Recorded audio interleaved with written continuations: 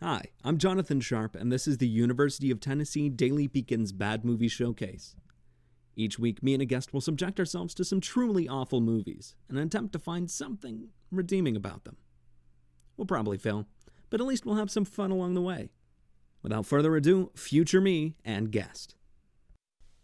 Howdy, and welcome back to the Bad Movie Showcase. Once again this week, Tyler. Couldn't get anybody else. Well, considering by the time we're recording this, we haven't even had the first episode uploaded. No one actually knows they can guest. So, this week we're talking about Uzumaki, which is an adaptation of my favorite manga, Japanese comic, for those who haven't been weebified. It's like a Japanese cartoon. They make them in Japan.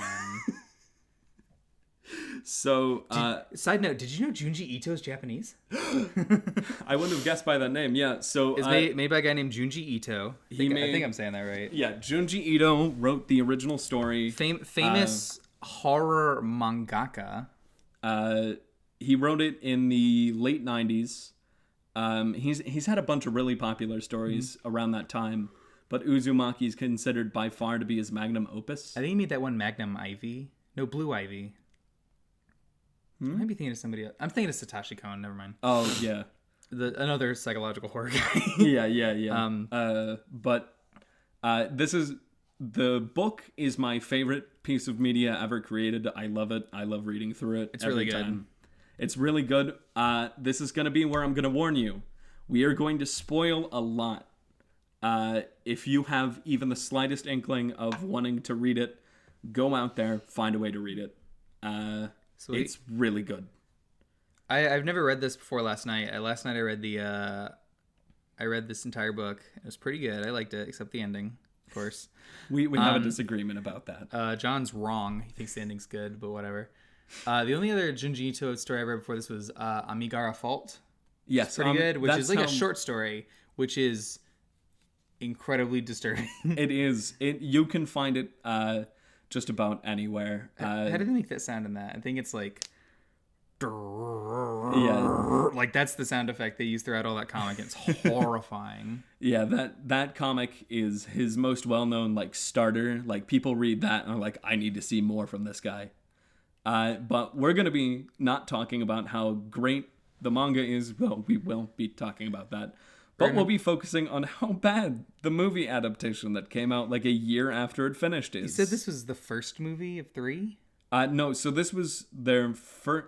They were making the movie, and it essentially only covers the first third of the book, because the whole book was originally released in 3 separate volumes. It's 19 chapters total, and each chapter is kind of like a single little self-contained story. But they all combine together into one overarching narrative of horror and oncoming dread. And the basic idea of the original book is about this girl Kyrie and her boyfriend Shuichi, and they live in a town that starts to become haunted by the Uzumaki, the spiral, which is as unthreatening at first as it sounds. It's literally just the incarnation of the shape of a spiral, and it slowly does things to the people in the town, and it ends in this Lovecraftian, awful, just unimaginable horror. The twist is the entire town's a spiral. Surprise. And they go into like a pond, and there's a giant spiral staircase, and at the bottom they find a city made of spirals. Well, I always thought it was just a single being. I didn't think it was like a city made of spiral. Well, no, it's like a town. They say it's a building that's building itself even now as we go on. Oh, okay. I guess I missed that part. I still like the ending. But so the story is split into 3. It's split into first a couple of personal interactions with the spiral. Second part is where the whole town kind of gets affected by it. And then finally, it's just everything's gone to heck and bad. Basically, the apocalypse happens in the 3rd act. Yeah, the apocalypse, but only in the town. Yeah. And so this covers the first section, but it references The other parts with characters and some of the situations that happen were stolen from the later parts of the story. So the structure of the movie, though, doesn't make any sense because it tries to take, I think, like the first 8 chapters or so. Yeah, it takes some of the more famous individual chapters, the stories themselves, and it tries to interweave them in a way that doesn't match what the manga did, because each one is contained within itself. Which is not a bad idea in and of itself, to like set up a whole bunch of stuff in the movie and have it all pay off at the end. Because adaptations have done that right in the past, where they've changed the structure in a way that makes it work better for movies. But it doesn't work this way. Like, No. I think it's mostly just because you have the entire first 40 minutes of this movie where nothing happens. Yeah.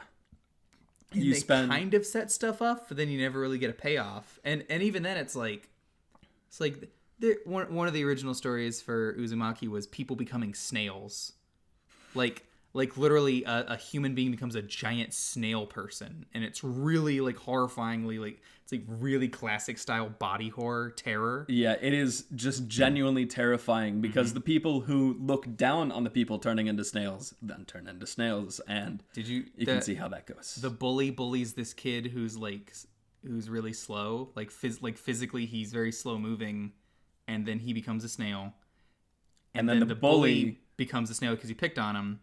And then they mate as giant snail creatures. Which is really... And then the teacher finds the eggs, like, I can't allow this to happen. This is against God, and he destroys the eggs. And then he becomes a snail man. And he becomes a snowman covered in eggs. And it's it's one chapter of the manga. It's awesome. The adaptation does it like this. So kid comes to school, he's covered in Vaseline. And everyone's like, quit being slow. Nobody finds this odd. He falls, and a bit of Vaseline flies up onto the bully's face who had just tripped him. And we thought it looked like something from a pornographic film. And the entire class is just like, oh, look at him, he's fallen down. And then the bully starts to drink a lot of water. And then the teacher also drinks water. And then all of a sudden, like at the end, when they're like trying to wrap up all the stories they started, they're just like, oh yeah, and there's snails. They're now snails, and again, like the original manga did it so better, where it had that like a big payoff. Like they became snails, and they had to take care of the snail people, and it was crazy. And in this one, they're just like, oh look, there's snails now. There's giant snails attacking the school. Whatever will we do? All right, we got 5 other plot lines and 10 minutes to wrap up.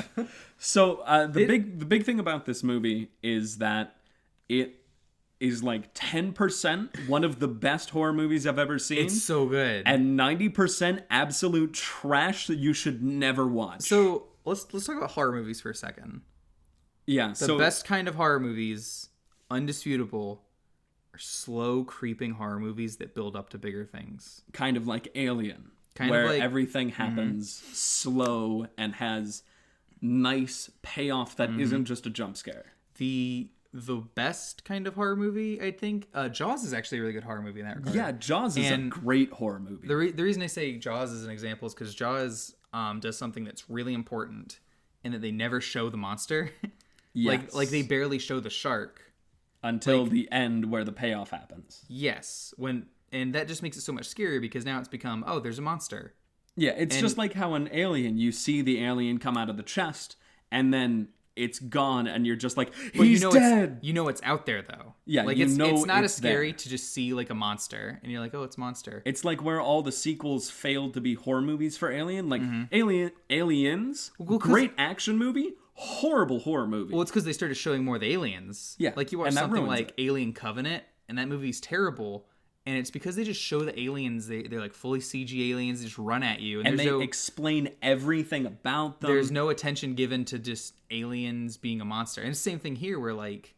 In the original story, they explain nothing. There's no explanation for why there's spirals and why the spirals are doing these things. They just happen, and you see them once at the end of each chapter, and that's it. Here they try to explain it as like... A snake god? Now that I think about it, that's the last time we see that reporter. He's researching things in the library, and he's like, this town was built by a people who used to worship the snake god, and he curled up into a spiral. Don't see him again, and I guess that's supposed to be our explanation for the movie. Yeah. Which, before the original ending, I don't like it, but I do get it, where it's like, it's kind of like a Lovecraftian cosmic horror. Yeah, he originally wrote this to be an homage to Shadow over Innsmouth, where this town is Innsmouth and all the horrible thing. Instead of like in Lovecraft, where he walks into the town and everything horrible has already happened. This is the town as it descends, as it spirals into madness. But it's like that's kind of the horror of it. Is it's not like a monster like not Freddie Mercury. Freddie I was reading about Queen yesterday, so I got confused. They're like Freddy Krueger or Jason, where they're just like, it's a monster. Maybe they were like a tragic accident, they kill people. This is like, at the end of it, when they reveal it's this giant city of spirals that's like alive and has energy, the horror kind of comes from this massive, complex being that humanity can't really understand. Just like in a lot of H.P. Lovecraft things, the Elder Gods, where they're these giant space monsters, and they really have no reality. Yeah, they're so above us, we can't even understand how they work. Like, if you look at one, you lose your mind, because it's a being far above you. It'd be like an ant looking at a human. Yeah, kind of like that, where they just can't even perceive that existence. But, so, the 10% that this movie does right is scenes where they don't show the horror. It's just the washing machine scene. That's really the only one. Well, there was the washing machine scene, and I think there was one more scene that they did okay, like the smoke. They did good. The smoke was good, but the smoke was good just because they actually did the effects right. But so in the original book, the boyfriend's dad is going crazy from the spiral and becomes obsessed with them. He has to eat spirals with his soup. Everything has to be spirals around him until... They did not have the bathtub scene in this movie. They did not, which made me sad. There's a scene in the original manga where Shuichi is like, my dad's gotten so obsessed with spirals. Before he gets in the bathtub, he makes like a big whirlpool with his hand, and then he jumps in and spins around. Well, he does it with the big spoon thing that the Japanese people have. He does the same thing, and it's like it's kind of scary and creepy in a little bit. Yeah, because he's gone so far. It's such an obsession. But so at the end of the first chapter, and that's like as far as the big scares and like creep outs we'll go into here, but at the end, he stuffs himself inside a traditional Japanese wash basin, which is just this big wooden circle. And he has forced his body into the shape of a spiral by like just breaking his body apart. And it's horrifying. It's awful. It's like absolutely terrifying, disgusting. And the big thing about Junji Ito's books is that he tells you when the scares are going to happen. He shows the reaction of the scare, and then you have to flip the page in order to see what everyone reacts to. And that is really good in comics. Big scares are always on the right, because otherwise you'd spoil them. Because otherwise you would have like people walking into a room, then you turn the page, and on the left page, which you're looking at, you'll have the scare. And then on the right page, you would have like people reacting to it. Yeah, but he formats in the right way, so everything comes in the right way with the comic. And because it's manga, it's on the right side, because that's the side you start with in manga. Because you read it right to left with panels, but the words still work normally in English. It's weird. You know, I did that. I had a Shonen Jump when I was little, and I had specifically the original publication of when Trunks goes back to his original timeline and fights Cell. Oh. And I would always read it left to right because I didn't understand. I'd be like, what is going on? This doesn't make sense. It feels like it's backwards. And I was like I was a dumb little kid. So I was like, why not just read? I didn't think like, why not just read I have the same thing where like sometimes I'll find a manga they flip it. It was like an old manga, and they flipped it to make it easier for Americans to understand. But I'm so used to the Japanese style, probably. So I'm like reading it the way I'm used to reading manga, and I'm like, what is going on here? I don't understand. But so what they did in the movie is they just never show us. At least, yes, they don't show us the original thing. We see everyone's reaction. We see people looking into it, and it's in the movie he changes it to a washing machine, and the implication is that he wants to like he wants to force his body into a spiral. Yeah, so he takes a camera and he walks over to the washing machine. He sets a mirror down in the bottom in the center, which is really terrifying when you know why he's doing that, because he wants to explain it. But there's the assumption is that he just put mirrors there. They never explain it in the movie though. No, they just they're say, like, why does he do that? And I'm like, yeah, which is weird. You'd think they would explain it if they're gonna have, because the detective who's like investigating the case is just like, why did he put a mirror there? and they make a really big deal, but then no payoff. Mm-hmm. I was gonna say, I think my favorite part about that is like, so of course we've already read the book, so we know what's gonna happen. But I'm just trying to think of it and like I don't know what's gonna happen. Yeah, like we don't know of how they're gonna change things, and it's like because they changed a lot. They've already done like the really good escalation that scene required in the manga, where it's like he's obsessed with spirals. He has people making him stuff with spirals. He's collecting it all. And then eventually, like, his wife throws it all out, and he's like, don't worry, I don't need spirals anymore when you can make them yourself. And he, like, spins his eyes in circles in opposite directions. His tongue comes out and elongates and that spins part around. Looked awful because it was early 2000 CGI. That's another big thing about this movie. We'll get to that in a second. Yeah, we're going to come back to the year this came out, the year 2000, because that is real big to why this movie is bad. Because early year 2000 movies are terrible, but we'll get to that in a sec. But what I was gonna say is, they do this scene really well. Where like, they're like, "Where's Dad?" And they walk in, and they see the washing machine. They see Kyrie, who had gone in. She had already found him, and she screamed, which is what called them over there. She was terrified, and they walk in, and she's just like sitting there crying on the floor, and the washing machine's open. And you go up, and Shuichi looks into it. They don't show what's in the washing machine, and he just gives goes, one. He goes, Uzumaki, because that's the word for spiral. And his mom runs up, screams, vomits, and then it cuts to his funeral.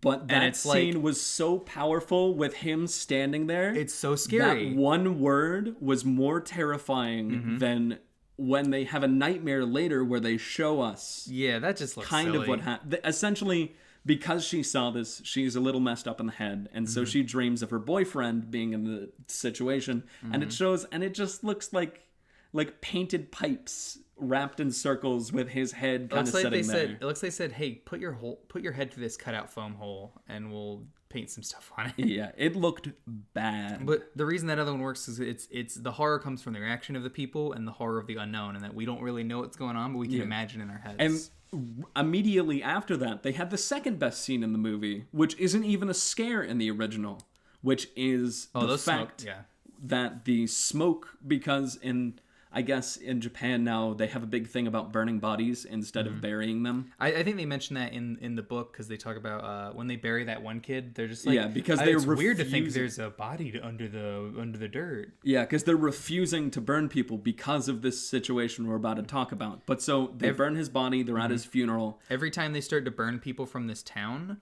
the black smoke comes out of the crematorium and spins in a giant spiral and covers the entire sky. And it looks really good. And the best thing about it is they don't show us it at first. We get to see people's reactions. Now, the wife's reaction was awful I forgot about that. They digitally stretched her features on her face to look really inhuman. It looks like they changed the content aware scale, but only on her eyes. It reminds me of something out of The Mask.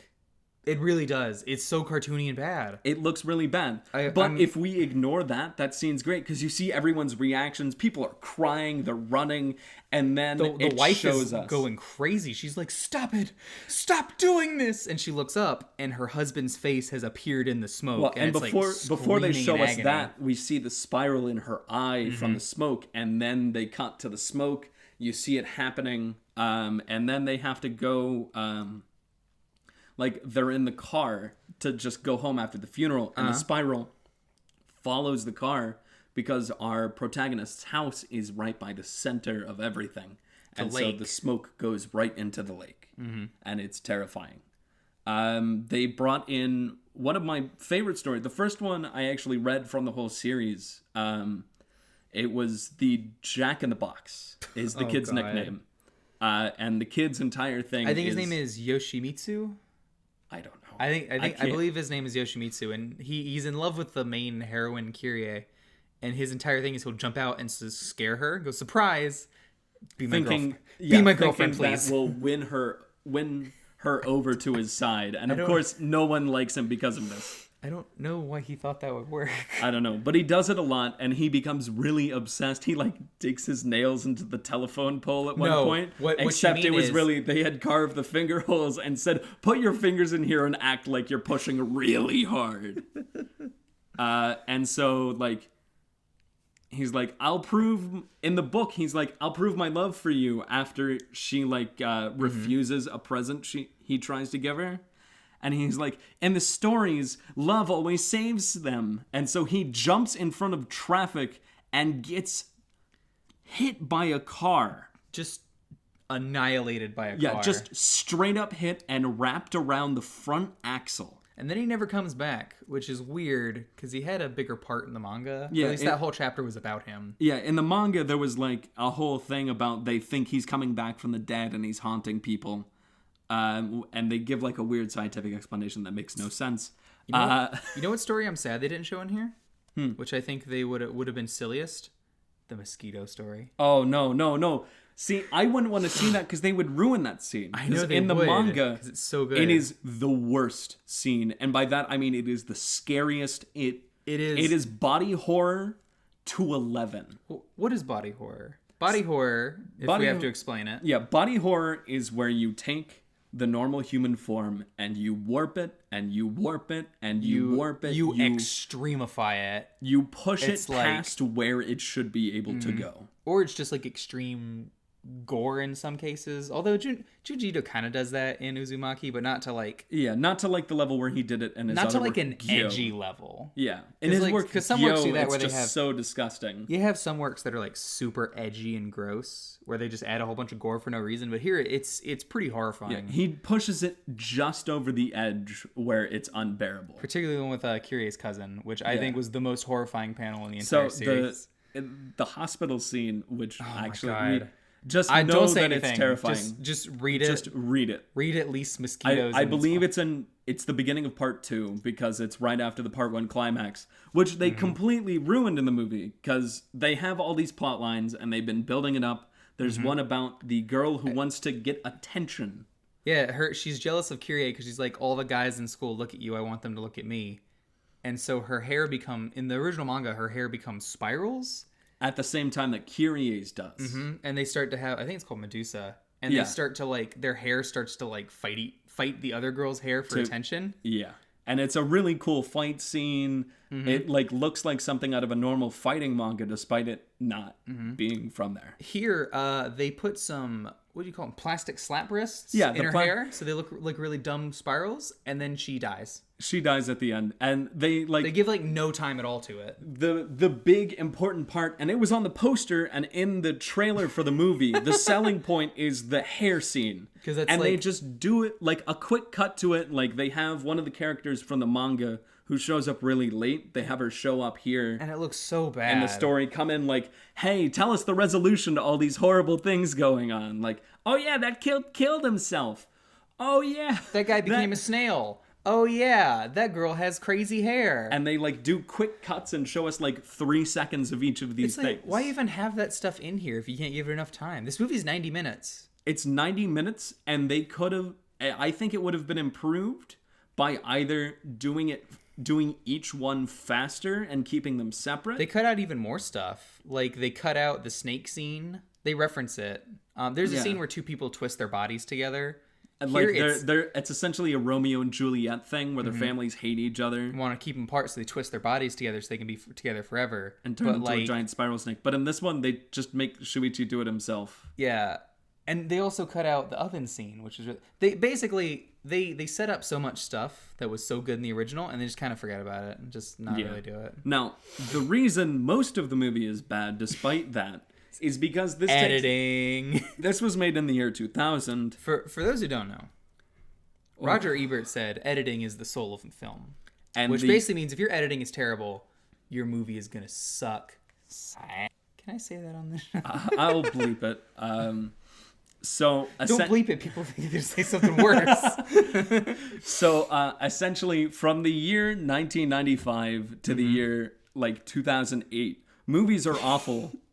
In my mind, because they just get access to easy editing. And it's like a kid with an iPad. When they first get it, they'll put a bunch of trash apps on it. It's like when you get Windows Movie Maker, and you're like, whoa, I can reverse the footage!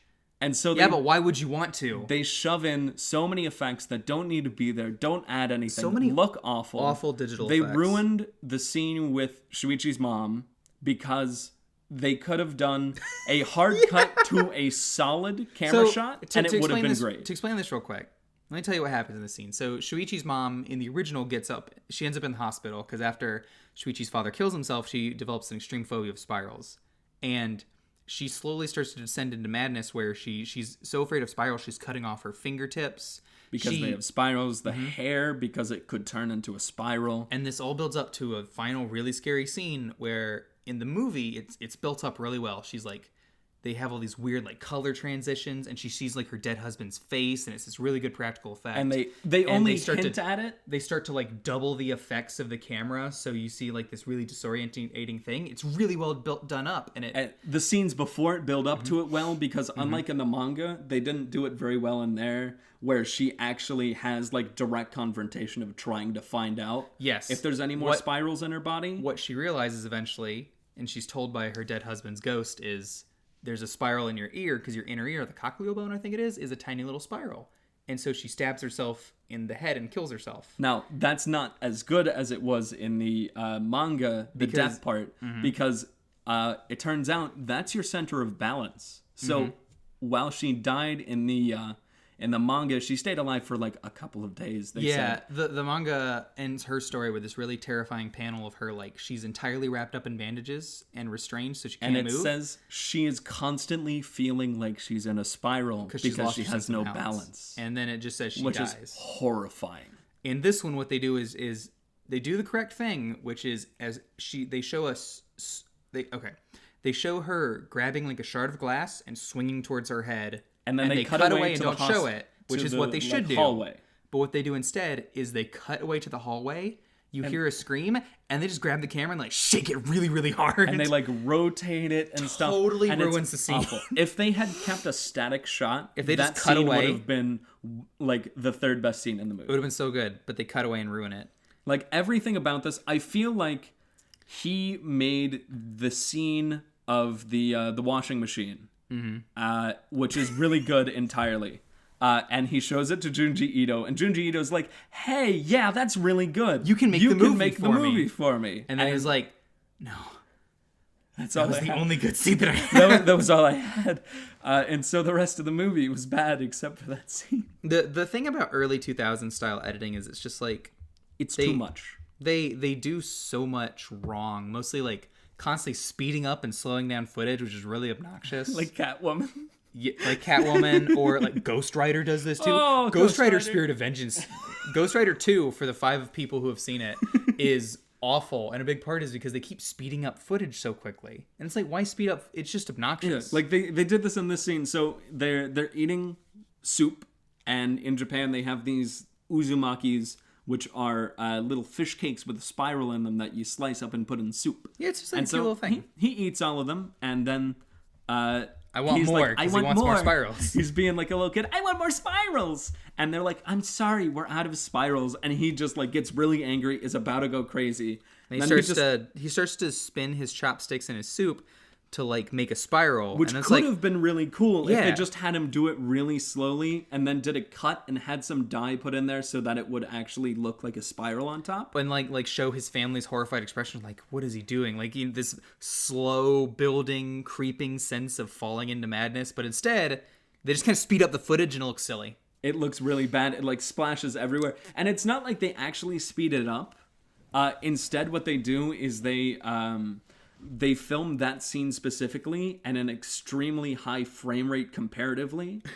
And that one scene is done at a higher frame rate so that it looks like it's going faster, despite the action not actually being faster. Yeah. Like his hand looks like it's going faster, but the bowl is obviously just acting like it would if he was stirring just normal human speed. The other major thing they have, and this is just like weird stuff, is constantly like cutting into the same shot.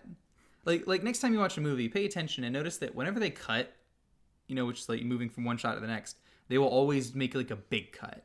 Like you will never in a good edited movie see like a shot of somebody's face and they cut to slightly closer to somebody's face, or, like or a different cut shot to like of a side shot of the same face or something. Yeah, in this movie they do it so much. They zoom in This movie is uncomfortably close to the camera. I know, they have everyone's faces just shoved up against it. I wish they would have used a wide-angle lens, because it would look sillier. It would have. But would have made them all look like horses. It's like the cameraman wanted to, like, smell the actors or something, because he is right up in there. You gotta make tension. You can't have tension unless the camera's in their face. I honestly think that's what was happening. Is he's like, we want to make people feel uneasy, so get them up close to the actors' faces, and it'll make things scary. Except it just is really weird. They have like a running gag they try and do with a policeman. Oh yeah, he's like, those darn kids can't ride two on a single bike. And so at one point they ride by on a bicycle, and here's how the scene's laid out. They ride by. It shows the police officer. They speed up the footage of him walking. He goes up and yells, and when he yells at the kids, it cuts a little bit closer to his face, and then really close, and then it cuts again, and then it fades out while he's still speaking, and it's just back to them on the bike. Horrible editing. The editing is actually the worst part of the movie. I just don't know who okayed that. Yeah, no. What was the name of this editor? Like, this movie, if we're considering only the good scenes, I would have to give this movie like a positive 10 almost with those horror scenes, because they did everything right with horror. I just did not like this movie at all. I have to give this like a medium to low negative score. Mm-hmm. I'd have to agree. I'd have to say I was thinking like 1.5 out of 4. Yeah, because like there's a little ironic enjoyment from the silly parts, and there's actual good enjoyment from the like 3 scenes they didn't mess up terribly. They had one scene which we were laughing at a lot, that we got our ironic enjoyment from. Hey, you guys want to know something fun real quick? Sorry to interrupt, but this movie did not have an editor. So I'm guessing the director did it. Which explains all too much. I'm on IMDb, and that's a big problem, is if you don't have a good editor, your movie's going to be terrible. Because you need somebody to actually cut things together. There was one movie that was famous for being bad because a person who's normally an editor was the director, and they got the editor is just someone who's never edited film before. Who was it? I can't remember. It was one of the films that one of the normal YouTubers who does bad movies talked about. It's like classic bad. I'm sure I know what it is. Yeah. But just like you need a good editor. It's critically important to making a movie, and this movie apparently had they didn't have a person who was like, hey, I know what I'm doing and know how to edit. The one scene you could understand that the most in was the flashback scene to the childhood romance of our protagonist and her boyfriend. I forgot about that one. And they have them playing as kids, and they're trying to make it look like she's looking through a photo album, so they turn the frame rate down to like 2 frames a second. Everything's really choppy. The shots are all shaky because they're filmed on a normal camera in the early 2000s style. There's that scene where Kyrie is like remembering her childhood, and she runs up, drops her ice cream, cries for like 5 seconds, and then Shuichi comes up and offers her ice cream. And the whole time I'm watching, like, these are supposed to be family photographs. Did her dad just like, you fell, lost your ice cream, stupid? Like, just sit kept there filming her over her as she's sitting there lying on the down. Like it's just this little girl just like crying her eyes out for losing her ice cream. Like, Dad, get her some ice. What are you doing? Stop taking photos. Like, this movie is one of those ones that kind of makes me angry because it ruined something that could have been really good. I know. I'm trying to imagine like what a good adaptation of Uzumaki would look like, and it would just be like. I think it would have to be a show. It would have to be like an anthology. You could do it live series, action. kind of. It would have to be kind of like a mini series almost, where every episode is another part of it. It's another part. It doesn't have to be long. Each episode could only be like 7 minutes long. You could do like But do it really short. You could do live action. You get a competent director, a competent editor, and this could be really good. But the way it is, it completely botches the pacing of the original. It loses what was important about the horror of the original, except in a lot of the scenes. CG camera effects are just not as good. You know what I was thinking they should do? They need to get like the team that worked on The Thing.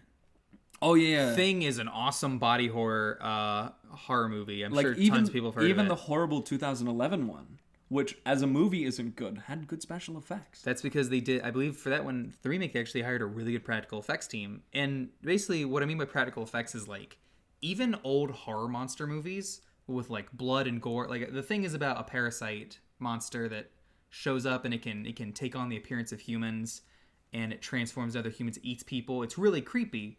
I think it's like entire chest cavity opens up to eat people. Yeah. And It they opens do its that. chest cavity. Its head can come off. No CGI, fake animated stuff. It's a practical effect. And It's watching like puppets and animatronics. look and it up how looks they make it. so They good. have people have to painstakingly sculpt each part of a creature to make like a fake man who Actually, will open up his entire I've chest. thought of the perfect comparison. Consider the original Star Wars trilogy to the prequels. where it's Because the prequels were essentially George Lucas didn't want to make them at first, even though he wrote them first, because he couldn't do a lot of the stuff he did in those movies with practical effects. Mm-hmm. So he saved them to CGI. He should have waited for later, because CGI is a lot better now than it was back then, and it would have been a much better movie. a big part of the problem with that movie too is that with those movies is since he tries to do everything in the computer and fake CG, it just looks bad. Yeah. It While makes the people stand originals out so look much. really good, because the originals used practical effects on a shoestring budget, because no one believed in the original Star Wars movie. It's funny.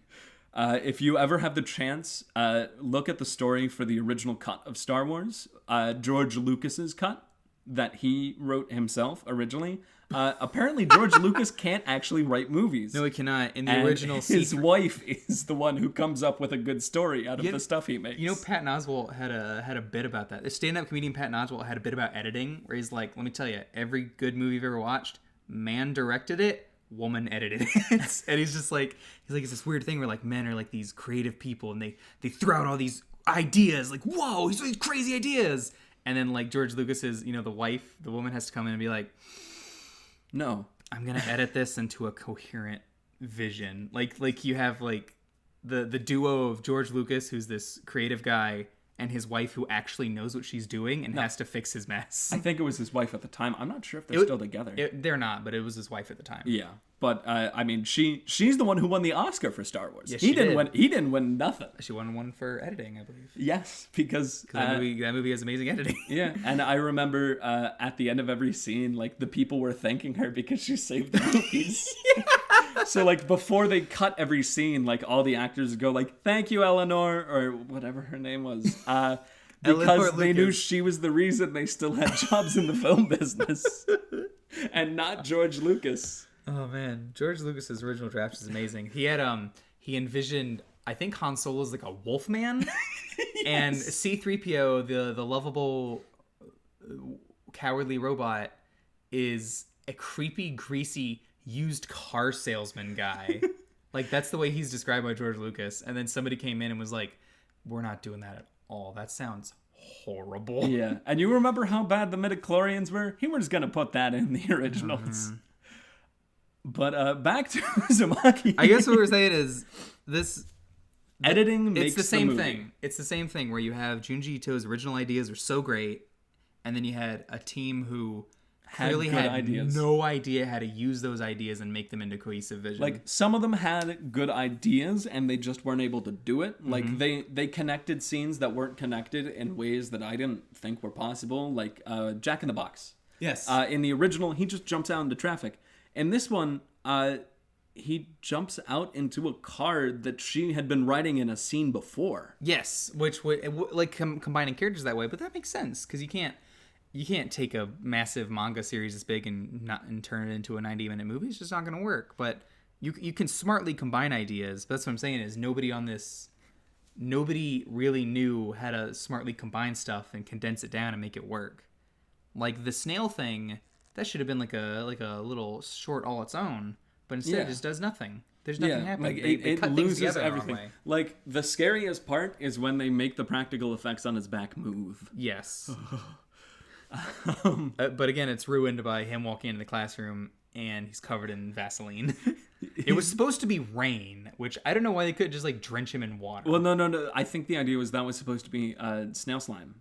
Well, no, but at the first Like scene everyone thought it was rain. yeah, but nobody else had slime on them. None of the other snail people had slime on them in their original scenes. Think about it. Well, It was supposed to be water, but they couldn't figure out how to get the thickness of the water in the manga. Because in the manga, you can just draw like water on people. Yeah, and like- keep it there because it's like you, a world. you can see this in create. Studio Ghibli works, where they like have a whole team devoted to just getting their liquids done right. Yes. Like they had one movie that was really small, and they like actually had the fluids work at physics at that level, and it was really good. But here, they were just like, we want him to look like he did in the manga. In the manga, he was drenched in water. Let's cover him in Vaseline and it'll look right. And then none of the other snail people look like that because they were just like, kind of making that stuff up. Yeah, and they so also like turned other people into snail people at the end as kind of a cop-out. They don't even really kind of reveal... No, never mind. I was going to say they don't even reveal the bully became a snail, but no, they did. No, they showed him drinking the water, and they showed the... They didn't show this. They didn't show the eyeballs coming out of stalks, though. I forgot the second best scene. Third best is the scene where the teacher is sitting there grading papers, and he's drawing circles around all the wrong answers.